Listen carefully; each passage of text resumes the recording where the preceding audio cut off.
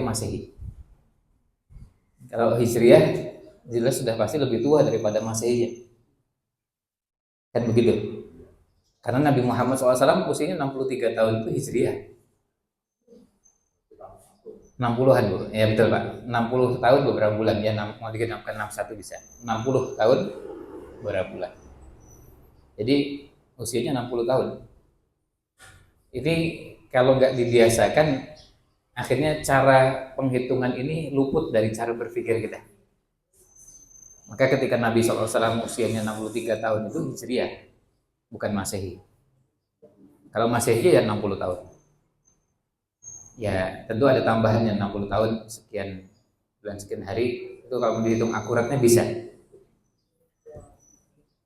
Nah, sebab beberapa kali kita bertemu bapak dan ibu yang usianya 63 tahun. Ketika saya tanya berapa usianya Pak, jawabannya seperti Nabi Muhammad SAW.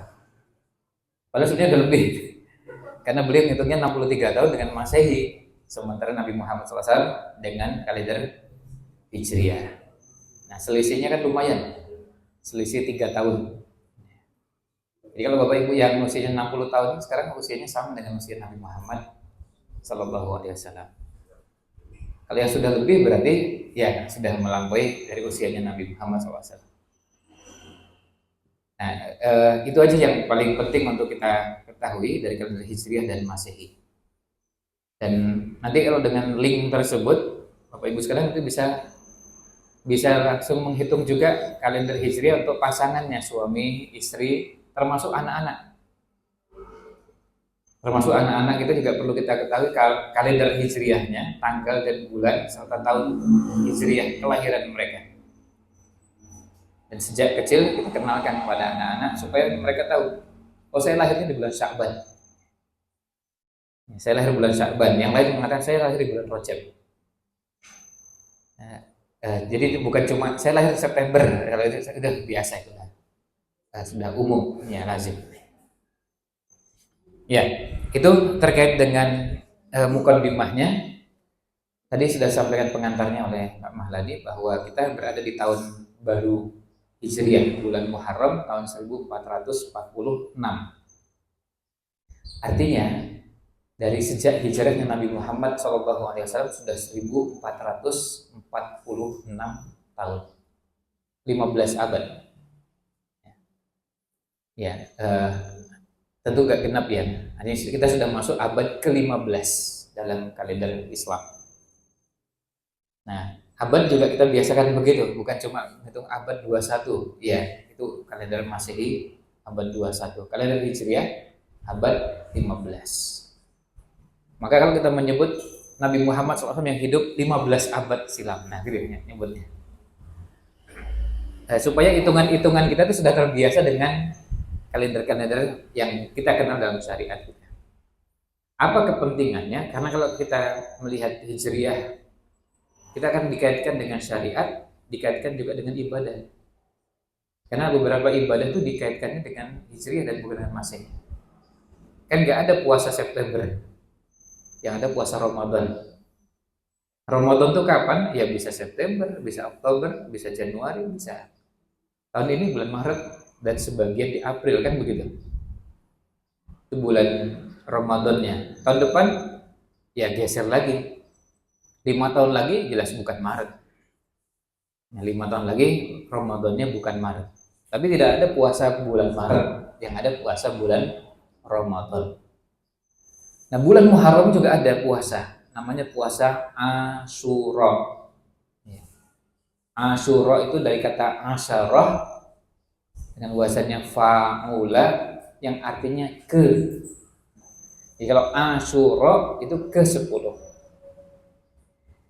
Kalau ke-9 dari kata tis'ah jadi tasu'a, berarti ke-9. Kalau 8 Samin itu ke-8, Samuna tanggal 8 Muharram. Nah, puasa yang disyariatkan ini puasa Asyura, puasa tanggal ke-10 bulan Muharram. Nah, ini puasanya. Nah, Puasa ini keutamaannya menghapus dosa setahun yang lalu, dan afdolnya dikerjakan 2 hari, tanggal 9 dan tanggal 10-nya. 9 Muharram dan 10 Muharram.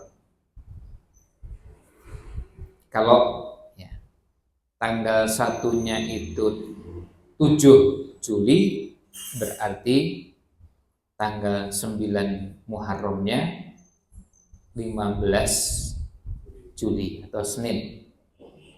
10 Muharramnya Selasa. Itu kalau tanggal 1 Muharramnya di 7 Juli.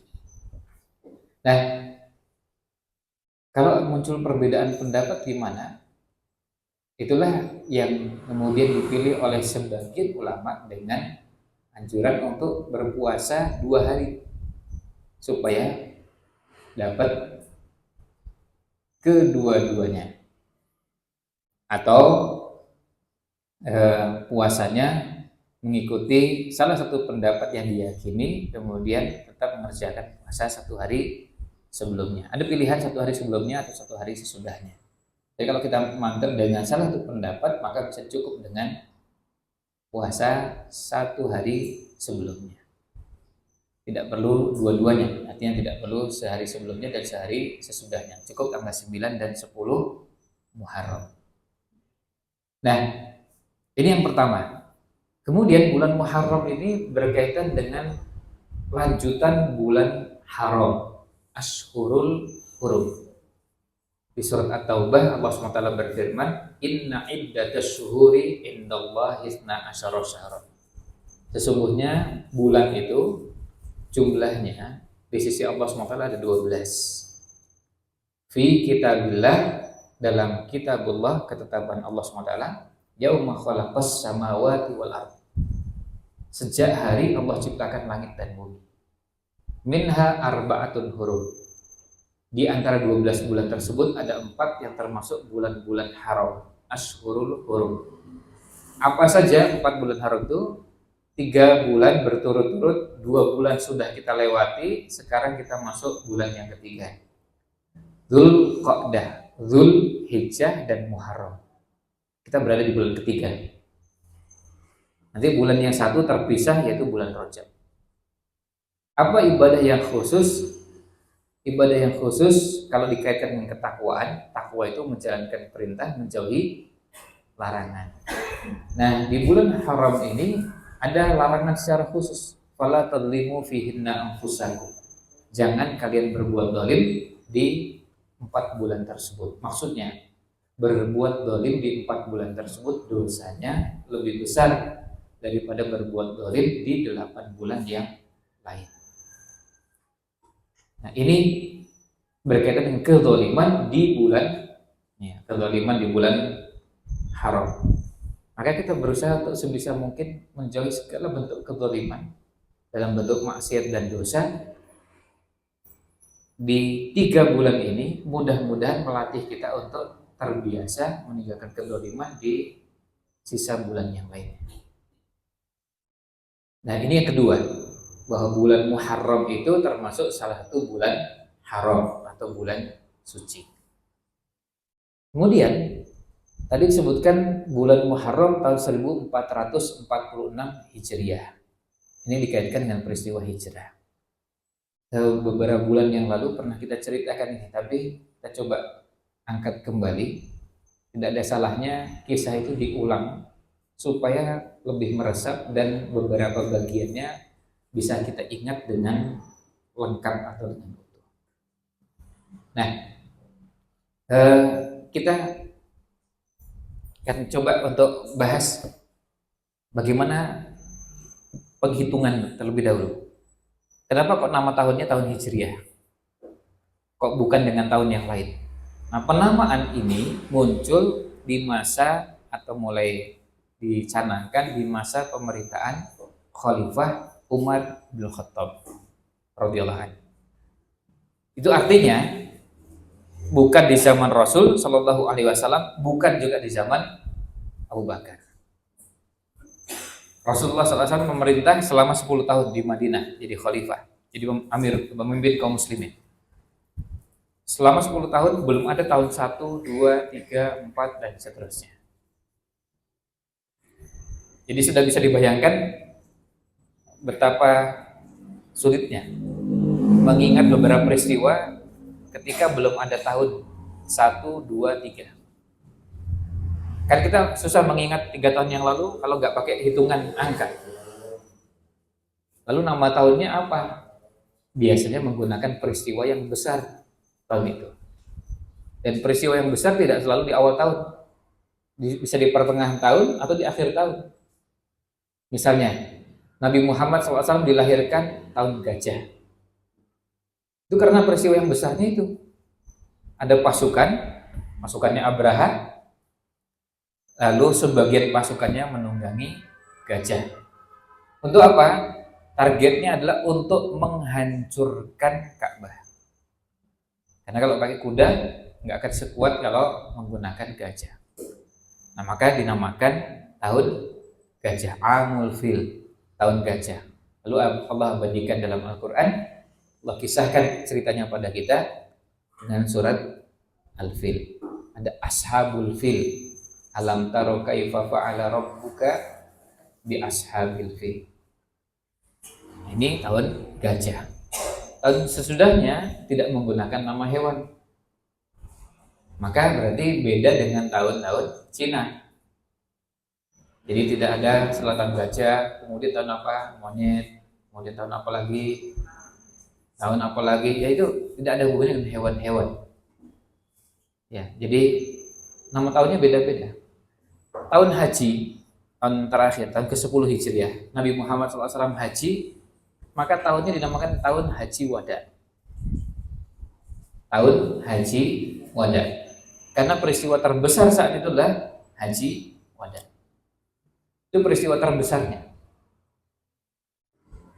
Tahun sebelumnya peristiwa terbesarnya apa? Nah, jadi dicarinya begitu. Peristiwa yang terbesar. Bagi kita yang sudah terbiasa menggunakan hitungan angka, menghafal seperti ini sulit. Bayangkan 4 tahun yang lalu, kalau kita tidak menggunakan angka, gimana cara mengingatnya? Tahun apa? Tahun pandemi. Terus karena pandeminya 2 tahun, namanya apa? Pandemi 1, pandemi 2 gitu. Ya, atau tahun corona, corona 1, corona 2. Setelah tahun corona, lalu tahun apa? Kan pandemi sudah selesai. Terus nama tahunnya kan susah.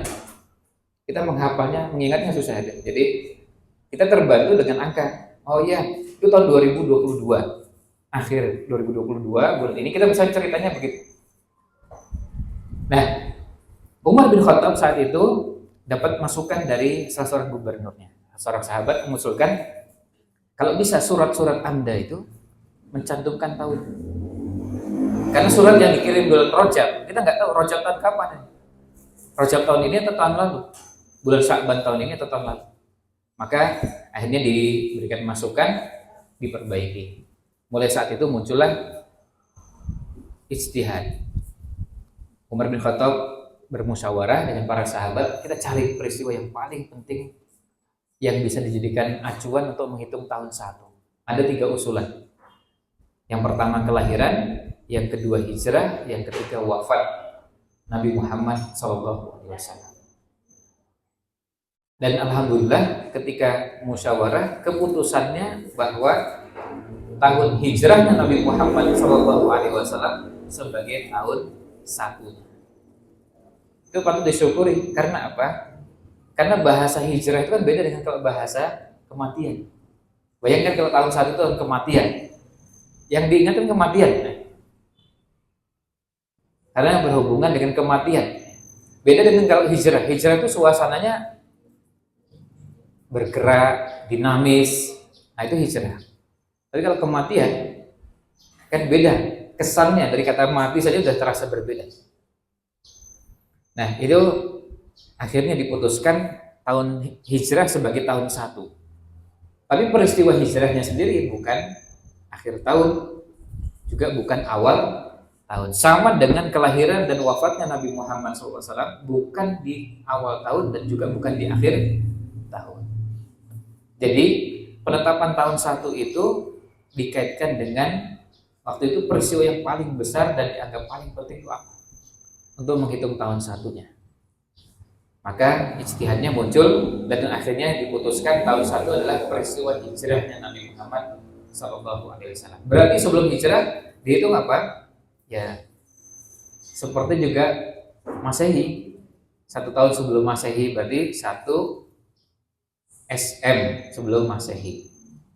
Kalau Hijriah berarti SH sebelum Hijriah. 1 tahun sebelum Hijrah, 2 tahun sebelum Hijrah, 3 tahun sebelum Hijrah, 5 tahun dan begitu seterusnya. Nah, sekarang kita pindah ke peristiwa hijrahnya. Hijrahnya Nabi Muhammad SAW ini semua sudah mengetahui bahwa latar belakangnya ini dikaitkan dengan ada peristiwa penting yang terjadi di kota Mekah.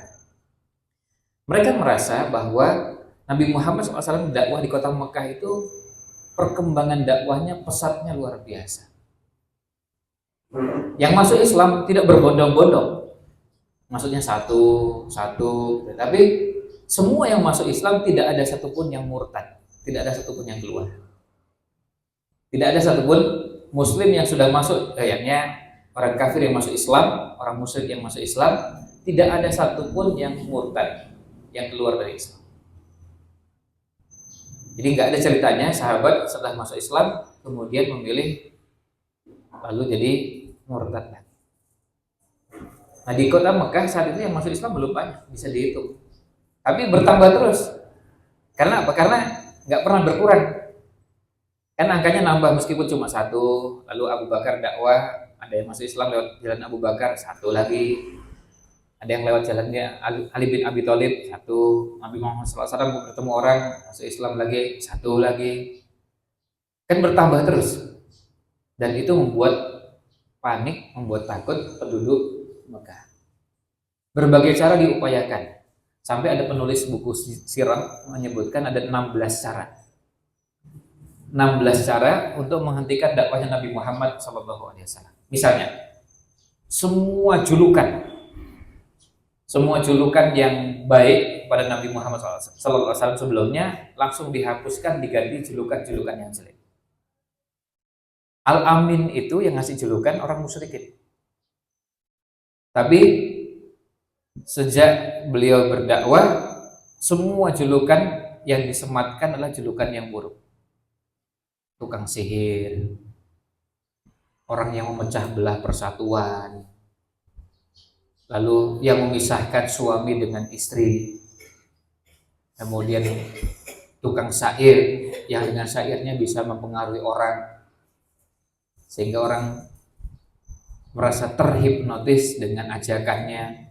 Pokoknya kira-kira yang tuduhan jelek, termasuk majnun, gila, kesurupan.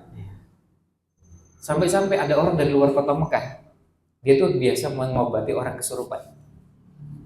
Dari luar kota Mekah datang masuk ke dalam kota Mekah, terus tanya-tanya, cari yang namanya Muhammad yang mana. Setelah ketemu, setelah ditunjukkan dan ketemu, lalu berhadap-hadapan, ngomong-ngomongan, lalu dia sampaikan, saya ini di kampung saya, di kabilah saya sudah biasa mengobati orang kesurupan, orang kerasukan itu saya sudah biasa mengobati.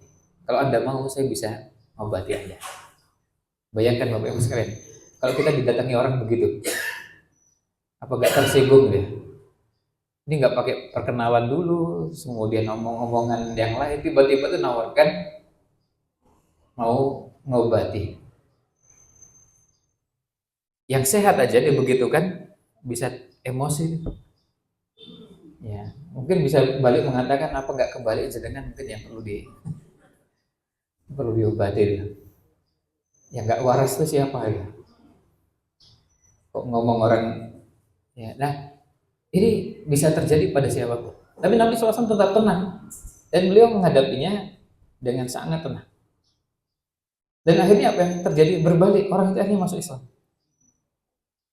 Setelah disampaikan dan dalam Al-Isobah disebutkan Nabi SAW mengawali ngomongnya dengan mengatakan begini. Beliau mengawali sabdanya, Innal hamdalillah nahmaduhu wa nasta'inuhu wa nastaghfiruh. Dan seterusnya. Orang ini mikir, ini kok nggak seperti orang gila dan nggak seperti orang kesurupan. Karena kalau orang kesurupan kan salah satu cirinya kalau ngomong nggak teratur. Omongannya, pilihan-pilihan katanya nggak mungkin pilihan-pilihan kata yang bagus-bagus. Ya, kecuali kalau bagus sedikit lalu selebihnya konslet gitu, nah itu bisa. Kan begitu ya, kalau kita lihat ada orang gila kadang-kadang tiba-tiba berpuisi. Bagus sekali ya. Tapi setelah itu konslet lagi. Nah itu berarti memang rodok miring ya. Nah, tapi lainnya enggak, ini diajak ngomong ya masih tetap lurus, nyambung, teratur ya.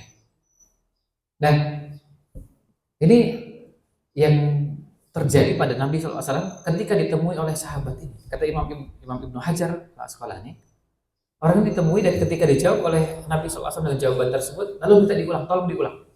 Sampai 3 kali. Akhirnya kemudian tanya, sebetulnya ada apa sih? Nah, ini yang menunjukkan ketika ditanya ada apa antara Anda dengan orang-orang musyrikin ini. Ternyata orang musyrikin itu mengkampanyekan kepada penduduk Mekah dan di luar kota Mekah semua hal yang jelek kepada Nabi Muhammad SAW. Makanya kemudian ini namanya kampanye hitam, black campaign atau pembunuhan karakter. Pokoknya diceritakan yang jelek-jelek tentang Nabi Muhammad SAW. Dibilang gila, dibilang gak waras, orang edan, orang semacam-macam tuduhan-tuduhannya. Dan Nabi SAW menghadapi itu dengan tetap tenang. Dan itu pelajaran berharga bagi kita. Kalau ketemu orang-orang yang memberikan tuduhan-tuduhan yang tidak beralasan, ketika mereka panik dengan dakwah yang disampaikan, kadang-kadang mereka mengeluarkan jurus-jurus, diantaranya seperti orang musyrikin ini. Semua julukan-julukan yang kira-kira jelek disematkan, dialamatkan kepada sang dai. Dan kita belajar dari sirah nabawiyah, kita tetap harus tenang, hadapinya tidak panik dan juga tidak emosi. Kalau kesel pasti kesel. Bayangkan, jangankan sekota Mekah ya. Sekarang kalau kita di kampung saja, se-RT itu, lalu semua warga se-RT itu disebarkan informasi bahwa kita ini orang gila. Itu kuat gak Ibu? Punya suami dibilang gila. Mulai dari Pak RT-nya, terus sekretaris RT, keamanan di RT, bendahara di RT, dan warga semuanya mengatakan suami Ibu itu gila. Termasuk anak-anaknya. Begitu suami Ibu lewat di depan anak-anak langsung mikir, mikir, pengedan. Itu kuat nggak ya? Bisa jadi sebagai istri nggak kuat. Makanya satu sifatnya Khadijah adalah pendamping setia. Karena kuat mendampingi suami termasuk menghadapi ujian dan cobaan yang berat. Itu baru cuma satu. Ujian dan cobaannya banyak. Nah, Nabi SAW ketika itu tetap menghadapinya dengan tegar, dengan tenang, dan dihadapi itu semua tidak pernah melakukan perlawanan, apalagi menggunakan kekerasan. Dan akhirnya itu lama kelamaan perlahan-lahan hilang itu. Akhirnya yang menuduh gila juga mikir, ini benar-benar gila apa enggak ya? Karena kalau orang yang tahu persis itu nggak mungkin bisa mengatakan Nabi Muhammad SAW itu gila. Semua orang tahu. Semua penduduk Mekah yang ngerti, yang paham, nggak mungkin mengatakan ini orang gila. Kalau ada orang yang terpengaruh bisa, tapi nggak mungkin semua orang terpengaruh. Karena apa? Semua orang bertemu, ada yang tiap hari ketemu. Jadi kalau dikatakan gila nggak mungkin. Karena apa? Karena memang tidak ada perilaku yang menunjukkan gila. Omongan juga masih tetap teratur, perilaku tindakan juga nggak ada yang aneh-aneh. Nah, akhirnya hari Kamis. Nah, ini kita langsung ke persiapan hijrahnya. Hari Kamis 26 Safar. Bulan Safar itu bulan ke-2. Kalau hari Kamis 26 Safar berarti akhir pekan, akhir bulan. Kamis pekan terakhir di bulan kedua. orang musyrikin kumpul di Darun Nadwa. Nah, yang kumpul di situ kabilah-kabilah besar. Yang kumpul di situ tokoh-tokoh dan kabilah-kabilah yang terlibat dalam pertemuan tersebut ada kabilah besar seperti Abdi Syams, ada kabilah Naufal bin Abdi Manaf, ada kabilah Asad, ada kabilah Makhzum, ada kabilah Jumah, ada kabilah Sahab, ada kabilah-kabilah yang dikenal di kota Mekah, termasuk Bani Abdiddah. Jadi kabilah itu, kalau Imam Ibnu Ishaq menyebutnya ada 7. Kemudian masing-masing kabilah diwakili tokoh-tokohnya, ada yang cuma 1 dan ada yang sampai 3. Misalnya Abdi Syams itu ada 3 yang mewakili, termasuk diantaranya adalah Abu Sufyan. Abu Sufyan belum masuk Islam saat. Bani Makhzum cukup 1, Abu Jahal. Nah, masing-masing kabilah ngutus dan semuanya yang hadir tokoh-tokoh. Nah, pada saat mau pertemuan dimulai, tiba-tiba ada orang tua, kakek-kakek tua, ingin ikut masuk ke pertemuan itu. Nah, tentu ditahan dulu, ditanya, man anta? Dalam riwayat yang lain disebutkan dengan redaksinya manis syekh. Siapa anda ini, wahai kakek tua? Lalu dia menjawab, syekhun min ahli Najd. Saya ini kakek tua dari penduduk Najd. Najd itu Riyadh, Qasim, dan sekitarnya itu wilayahnya namanya Najd. Kalau Mekah, Madinah namanya Hijaz. Mekah, Madinah namanya Hijaz. Kalau Najd itu Riyadh, Qasim, dan sekitarnya itu namanya Najd. Ya sama seperti kalau kita menyebut, oh ini Jawa, ini Sumatera, ini Kalimantan, dan seterusnya. Meskipun tidak menunjukkan pulau ya, karena semua itu satu pulau kalau di sana. Satu daratan maksudnya. Ya, kemudian dia mengatakan, saya ini seorang kakek tua dari Najd yang datang karena saya mendengar kalian sudah menyepakati pertemuan pada hari ini. Siapa tahu kedatangan saya bisa memberikan masukan, bisa memberikan saran, nasihat, pendapat yang bermanfaat untuk kalian. Kan salah satu senjata, sekaligus salah satu modal pentingnya orang tua kan gitu, nasihat. Ya saya ini meskipun nggak terlalu pintar, tapi untuk anak-anak saya kan, karena orang tua ya tetap didengarkan nasihatnya. Belum tentu lebih pintar, tapi tadi pengalaman hidup yang mungkin lebih banyak. Apalagi kalau sudah terlihat semakin sepuh ya. Apalagi kalau sudah nampak terlihat berwibawa, nah itu peluang untuk memberikan nasihat semakin besar. Akhirnya apa? Akhirnya diizinkan masuk. Dan ternyata benar, setiap pendapat yang diusulkan, kakek tua ini ngasih tanggapan. Pendapat pertama, udah kita tangkap aja, kita kurung, kita penjara. Kakek tua ini menolak, menurut saya pendapat ini kurang tepat.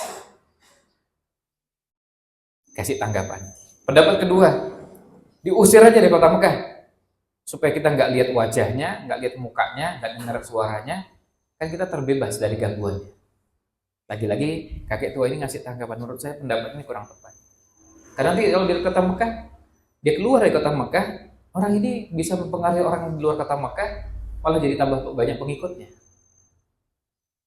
Nah, pendapat ketiga dari Abu Jahal. Abu Jahal itu Fir'aunnya umat ini. Jadi kalau sudah Fir'aun, itu kan sudah pasti jahatnya luar biasa. Jadi kalau kita membayangkan orang jahat, itu kan berkelas-kelas ya. Ada level-levelnya. Jadi orang jahat itu kan ada yang levelnya apa? Istilah-istilah orang jahat itu apa sih? Ada levelnya yang istilahnya mungkin paling keroco-keroconya lah, gitu masih kelasnya yang paling bawah. Atau kalau dibuat dalam 5 level, Ada yang levelnya paling masih level 1, nanti ada yang level 2, level 3, level 4 sampai level 5. Nah, maka kalau kelasnya Fir'aun itu nggak ada ceritanya kelas Fir'aun tuh nyolong dompet isinya 100.000, 200.000, itu bukan kelasnya Fir'aun. Hah? Nah, kalau levelnya nyolongnya triliun gitu ya, nah itu levelnya Fir'aun. Kalau levelnya cuma nyolong 100-200 ribu itu bukan level Fir'aun. Kalau membunuh, Fir'aun itu membunuhnya nggak cuma membunuh 1 orang, 2 orang, itu bukan levelnya Fir'aun. Kalau Fir'aun levelnya membunuhnya bisa ribuan, bisa puluhan ribu, bisa ratusan ribu orang. Bani Israel yang dibunuh oleh Fir'aun, berapa jumlahnya? Itu bukan belasan, bukan puluhan, kalau puluhan kecil. Lalu itu udah jahat ya, membunuh puluhan orang itu sudah sangat jahat. Tapi karena levelnya Fir'aun ya belum apa-apa kalau cuma puluhan itu. Karena levelnya Fir'aun. Nah, ketika merencanakan pembunuhan, rencana jahatnya luar biasa. Ternyata apa? Yang lainnya mengusulkannya ditahan atau diusir. Jadi enggak, bunuh. Ini idenya. Dibunuh, kemudian direncanakan cara membunuhnya. Orang kalau bisa merencanakan pembunuhan, itu artinya orang berada pada level dan tingkat kejahatan yang tinggi. Karena kalau tidak berpengalaman dan nggak punya ilmunya, itu nggak bisa itu merencanakan pembunuhan dengan sangat baik. Sampai merencanakan pasca pembunuhan itu disiapkan. Itu hanya bisa oleh orang yang sangat jahat, selain punya ilmunya. Sekarang coba kalau Bapak Ibu sekali merencanakan pembunuhan kan mikirnya susah. Lama sekali, karena apa? Nggak kebayang itu. Dan takutnya luar biasa. Kan nggak jadi itu. Nah, bunuh satu saja udah takutnya luar biasa. Pertama takut pada Allah SWT, kemudian takut pada ini, nanti takut. Nggak jadi, karena memang bukan dunia kita itu. Itu bukan dunia kita, sehingga kita nggak bisa melakukan itu. Membunuh, mencuri, korupsi, kemudian misalnya jualan narkoba gitu ya. Karena kalau Bapak Ibu sekalian kasih narkoba, ini kasih 1 kilo, tolong jual. Karena kita nggak pernah masuk ke dunia kejahatan tersebut, nggak kebayang di kepala kita jualan gimana caranya. Karena apa? Itu bukan dunia kita. Kalau mau jualan buka warung ya nggak mungkin. Masa buka warung jualan narkoba? Terus mau jualan online juga ya nggak mungkin karena ketahuan. Tapi coba lihat bandar narkoba, saking hebatnya itu ya tetap aja bisa jualan. Gimana caranya? Karena saking jahatnya. Ya bisa itu jualannya. Gimana cara jualannya? Ya karena memang mereka punya dunianya. Nah, sementara kalau orang yang dunianya dunia kebaikan itu nggak menemukan cara untuk bisa melakukan kejahatan dengan seterampil orang-orang yang jahat. Nah, Abu Jahal mengusulkan itu, kita bunuh, pembunuhnya masing-masing kabilah silahkan ngutus pemuda yang kuat, masing-masing bawa pedang yang tajam, lalu kita bunuh bareng-bareng. Nggak sampai di situ, sampai rencananya kalau nanti keluarganya Nabi Muhammad SAW nuntut nyawa dibayar nyawa, ayo kita siapkan. Siapkannya apa? Mereka nggak mungkin minta nyawa dibayar nyawa, tapi minta tebusan. Tebusannya apa? 100 ekor unta kita siapkan. Nah, ini namanya pembunuhan berencana. Sampai disiapkan apa? Disiapkan pasca pembunuhannya juga disiapkan. Nah, ini baru namanya Fir'aunnya umat ini. Jadi kalau sudah jahat, jahatnya luar biasa. Maka bersyukurlah kalau kita ini dibentuk dari lingkungan yang jangankan melakukan, berpikir kejahatan pun itu nggak ada di benak kita. Seperti tadi berpikir jualan narkoba itu gimana caranya, itu di kepala kita nggak ada. Terlintas saja nggak pernah terpikirkan gitu, gimana caranya jualan itu. Dan nggak usah dipikirkan, memang karena itu dunia kejahatan yang kita nggak mungkin masuk ke situ. Bagi kita sudah mustahil, sehingga mikir aja nggak bisa itu. Mikir jualan yang begitu nggak bisa, karena memang bukan dunianya. Tapi kalau jualan gorengan, saya bisa. Ya, jualan buku saya bisa. Di cara masyarakat jualan buku, ada ini buku baru, Eh, nah kemarin siang saya ke toko buku di Solo, ada buku bagus. Bukunya panduan materi pesantren lansia. Ah ini bagus ya. Ya, jadi saya langsung begitu lihat buku itu ingat juga YKU juga. Karena saya pikir ini materinya kan bagus dari sisi penulisnya itu kan memikirkan materi yang mungkin tidak terbayangkan oleh yang lain. Kalau yang lain kan membayangkannya materi yang umum terus gitu. Tapi kalau materi untuk lansia ada nggak yang khusus itu? Kan sebenarnya ada, termasuk fikih. Kan fikih ada fikih untuk lansia. Mulai dari toharohnya, sholatnya, ada pembahasannya. Dan buku-buku para ulama khusus tentang itu ada. Tapi umumnya masih berbahasa Arab. Maka bagus kalau ada yang sudah mulai menulis dalam bahasa Indonesia. Artinya sudah mulai berpikir ke sana. Karena fikih untuk lansia itu ada buku-bukunya ditulis oleh para ulama bukan cuma 1 2, bahkan bukan cuma 10 20. Misalnya gini, ya yang sudah umum di lansia. Misalnya kalau sudah wudhu, baru selesai wudhu, nggak lama kemudian kepingin ngentut, kan gitu ya. Terus gimana cara wudhunya ini? Sholatnya gimana? Lah bolak-balik tuh, kamar mandi lagi, ngentut lagi udah. Kamar mandi wudhu, baru jalan sebentar, baru kalau ibu-ibu baru pakai ruko, bapak-bapak baru pakai sarung, ngentut lagi. Terus gimana itu?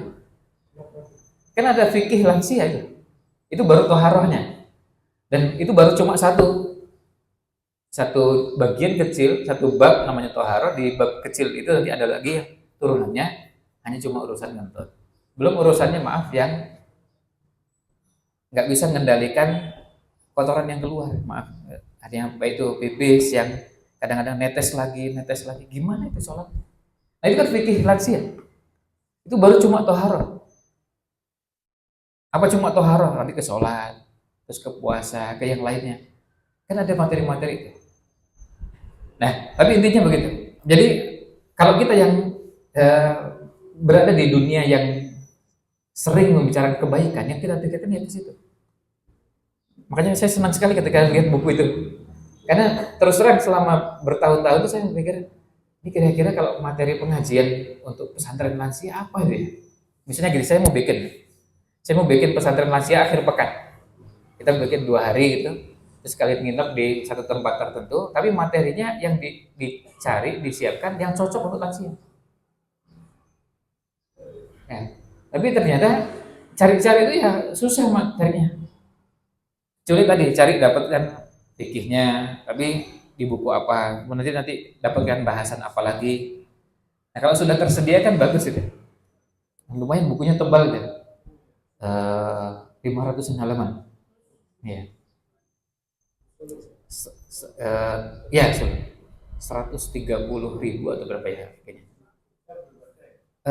Saya nggak tahu, karena kemarin saya di Solo tuh lagi lihat-lihat cari-cari buku dan kebetulan dapat itu. Jadi sewenangnya luar biasa deh.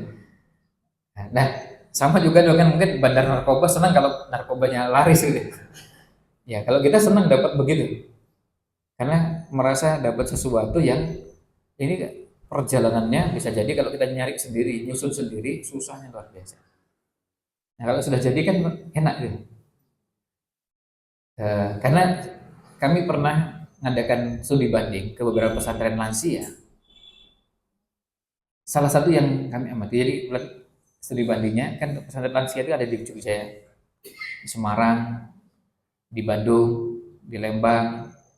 Itu kan ada beberapa pesantren lansia. Saya studi banding dan datang langsung ke tempatnya, lihat itu salah satu yang saya perhatikan dari sekian banyak, tentu banyak yang diperhatikan.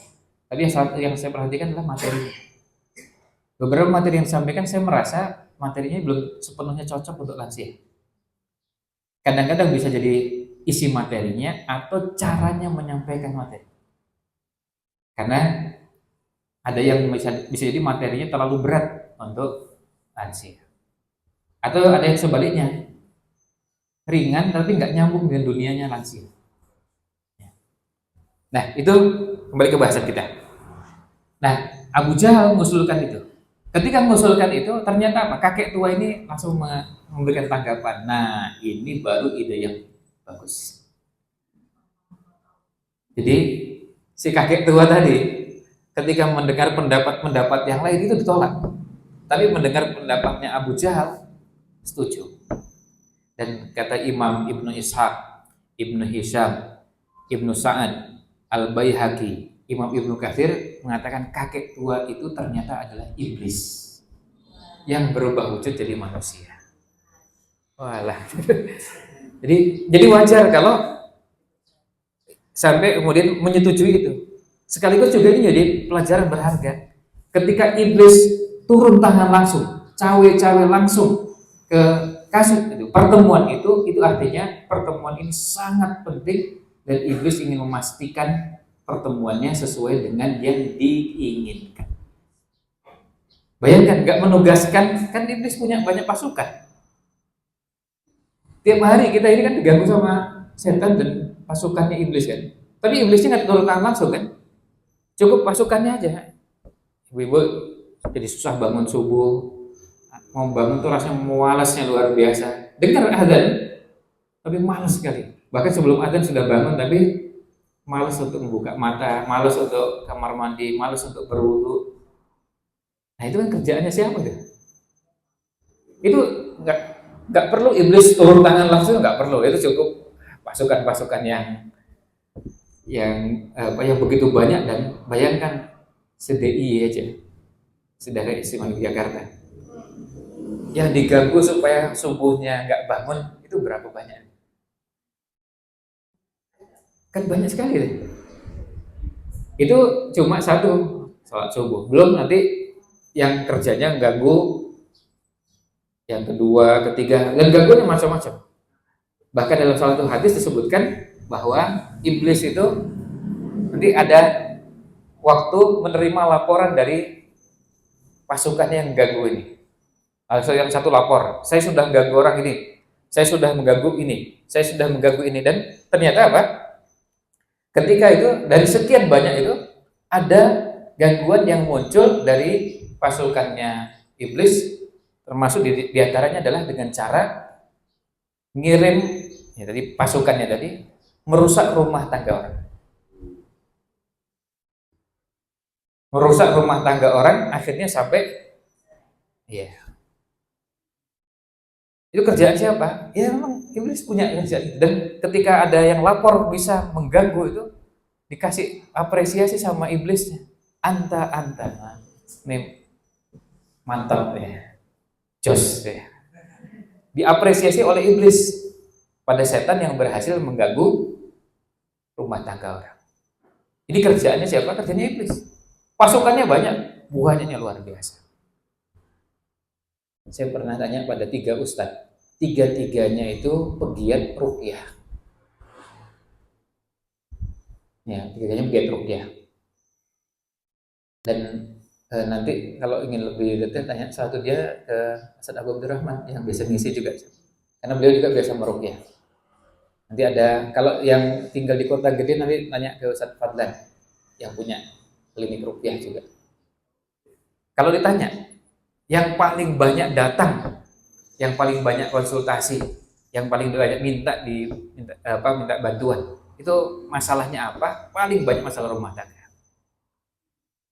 Yang paling banyak. Saya tanya langsung pada beliau. Yang paling banyak, karena kalau orang sering kan banyak pengalaman yang dihadapi apa saja.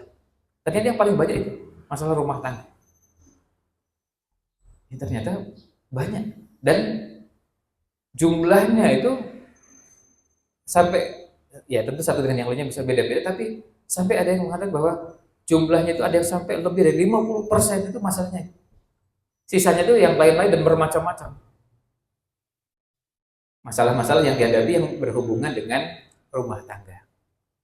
Kalau dulu kan ada ungkapan, kalau yang belum rumah tangga, cinta ditolak, nah dukun berpindah. Nah itu bagian juga dari yang model-modelnya begitu. Ya, ini kerjaannya ya mau nanti iblis, setan, terus ya dengan pasukan-pasukannya dari kalangan manusia dan jin. Nah, ini bentuk gangguannya. Kembali ke bahasan kita. Jadi itulah yang dilakukan oleh iblis pada pertemuan itu, dan akhirnya itulah yang disepakati. Yang disepakati apa?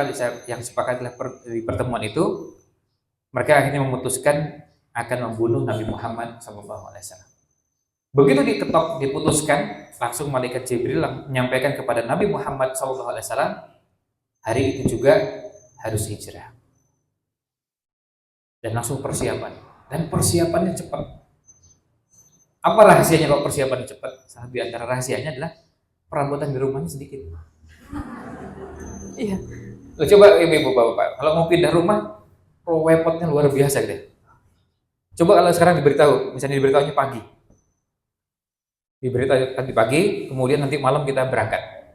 Sebentar. Gimana ceritanya?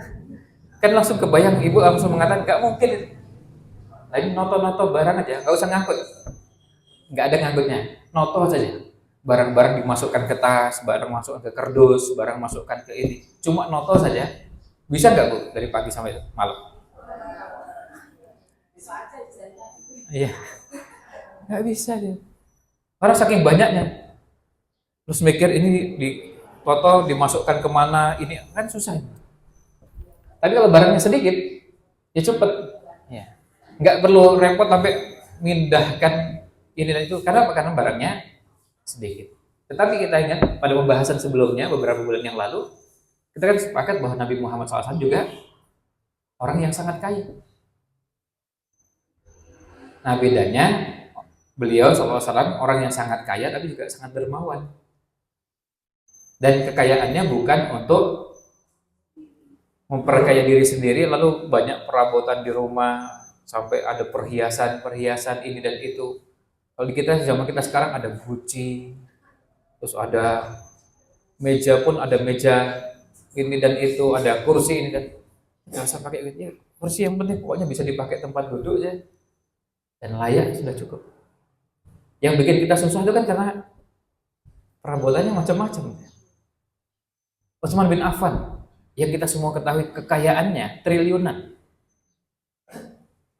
Di rumahnya apa banyak perhiasan dan kemewahan? Ya enggak juga. Triliunan loh kekayaannya. Utsman bin Affan. Bukan miliar, triliun. Ya. Itu di rumahnya ya enggak juga ditemukan barang-barang mewah mengisi rumah beliau. Enggak. Dermawannya luar biasa. Nah itu ya pelajaran berharga bagi kita semua. Sehingga beliau bisa cepat persiapan hijrahnya, sekaligus juga barang-barang di rumah yang milik orang minta pada Ali bin Abi Thalib besok tolong diantarkan. Nah akhirnya karena itu berangkat tanggal 26 pertemuannya malamnya berarti sudah masuk 27 mulai meninggalkan rumah. 3 hari di gua sembunyi bersama Abu Bakar. Lalu tanggal 1 Rabiul Awal mulai berangkat meninggalkan Mekah menuju Madinah. 7 hari berangkat tanggal 1 sampai tanggal 8 di Kuba. Nah, ini perjalanan hijrahnya. Nah itu yang bisa kami sampaikan, mudah-mudahan ada manfaatnya. Mohon maaf jika kurang berkenan. Wallahu a'lam. Sallallahu ala Nabi Muhammad wa ala alihi wa sahbihi ajmain. Jadi Bapak Ibu yang